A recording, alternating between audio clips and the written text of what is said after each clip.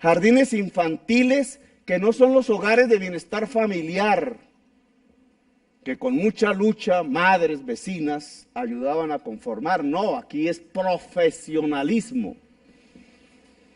Aquí es dignidad.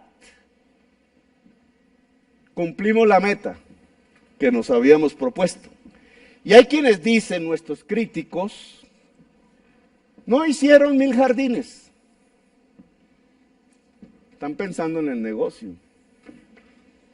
Claro, cuando dijimos 1000 jardines, uy, ¿cuánto vale la contratación de 1000 jardines, Petro? ¿Cómo va a ser la licitación de los 1000 jardines? Ese es un contrato jugoso. No, nosotros no nos pusimos a construir 1000 jardines. Cogimos los espacios desocupados en los colegios y los ocupamos con niños.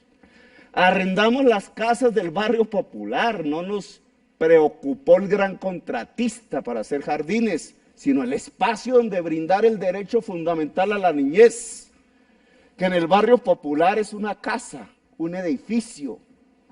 Trajimos tecnologías internacionales que pudieran instalarse rápidamente, porque lo que nos preocupara era que no se perdiera una generación de niños mientras el gran constructor duraba 4 años construyendo un jardín, sino que en 3 meses pudiéramos ofrecer la nutrición y el saber y la cultura y la música clásica en un espacio digno.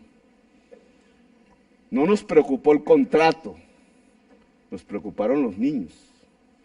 Y por eso no nos medimos en cuántos ladrillos pusimos. Muchos jardines no tienen ni un ladrillo.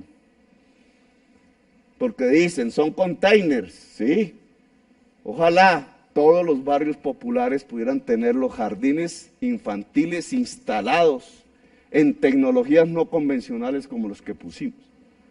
Pero este es el resultado, que no se mide en ladrillos sino en niños. Pasamos de 121,000 niños atendidos en Bogotá a 250,000 en apenas 3 años. Así es como también logramos que los niños no se murieran de hambre, que los niños redujeran su desnutrición en Bogotá, que la tasa de mortalidad infantil bajara a un dígito. Podemos seguir un poco más rápido porque ya me estoy dando cuenta. Este tema de la reducción de la pobreza es complejo. No solamente nos llevó a la prioridad en la niñez, hasta la procuradora de una institución que casi decide eliminar la Bogotá humana, la misma procuradora de familia en su última reunión nos felicitó. Y hay que decir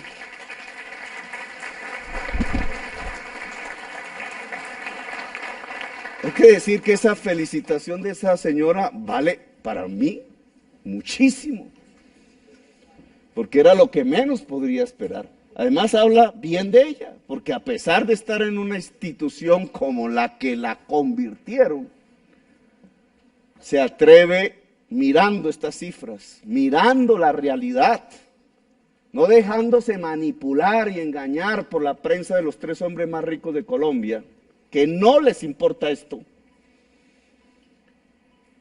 Se atreve a felicitarnos, incluso ante su jefe, el procurador Ordóñez, y reconocer la validez, la eficacia, la calidad y la calidez de la política de atención a la primera infancia, que tiene aquí varios protagonistas. Los primeros son las muchachas que van a cuidar los niños, pero aquí deberíamos aplaudir a Jorge Rojas, que ha sido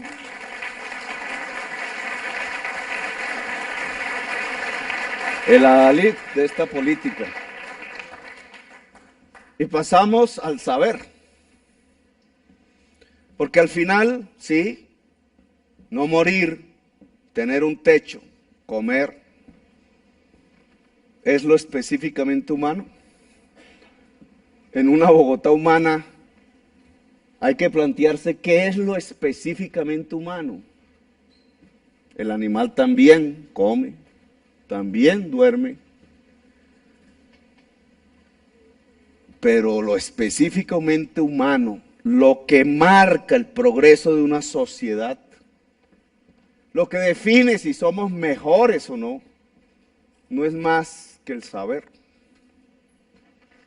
Y estas son las estadísticas del saber en la ciudad de Bogotá, a donde se fue la mayor parte del presupuesto público. ¿Saben ustedes, ciudadanas y ciudadanos, en qué se invierten sus impuestos? Pues no llevamos sus impuestos a construir carteles. Llevamos sus impuestos a construir saber. Hay quien dice, esta inversión de la Bogotá humana que se va concentrando por allá en Ciudad Bolívar y el sur y Usme, dicen, pues entonces no es para toda la ciudad. Bogotá humana no gobernó para Bogotá, nos critican, gobernó para los pobres, nos dicen. Y sí, los pobres fueron nuestra prioridad, que ya cada vez son menos pobres, porque el éxito de una política social es que cada vez hayan menos pobres. Pero no es cierta la crítica, porque si lo principal del recurso público se fue para el saber, el ganador de un incremento del saber en una sociedad es toda la sociedad.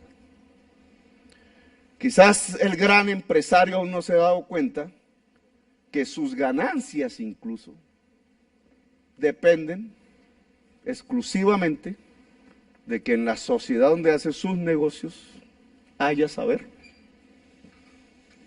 A veces es tan grande el egoísmo social, tan enorme el concepto de que es normal la desigualdad social, que el que más tiene no se da cuenta que podría tener más aún si el que menos tiene sabe.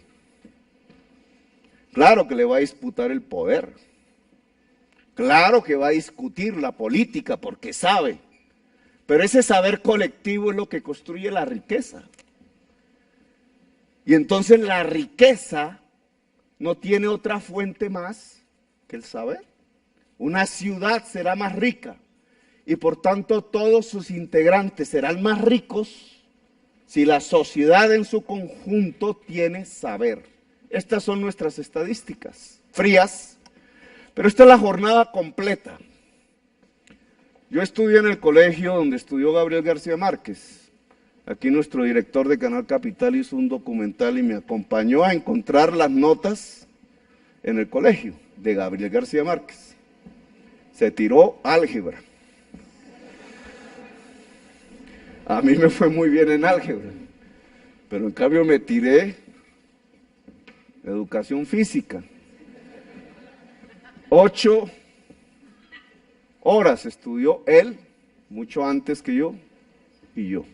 8 horas al día. Los muchachos de mi colegio hoy creo que estudian 5. Y en Bogotá, porque ese colegio es de Zipaquirá, en Bogotá, la mayoría de los estudiantes de los colegios públicos estudian 5 horas. Estudiaban antes 8. La brillante política, la gran gerencia, el gran líder, de acuerdo a la prensa de los 3 hombres más ricos de Colombia, Pastrana y Uribe, hicieron las reformas para recortar el crecimiento de los recursos de la educación pública y el efecto fue, al final, 0 universidades, más estudiantes por salón con el mismo profesor y reducción de las horas de estudio. Y esa reducción de las horas de estudio comenzó por un recorte que fue cultura y educación física.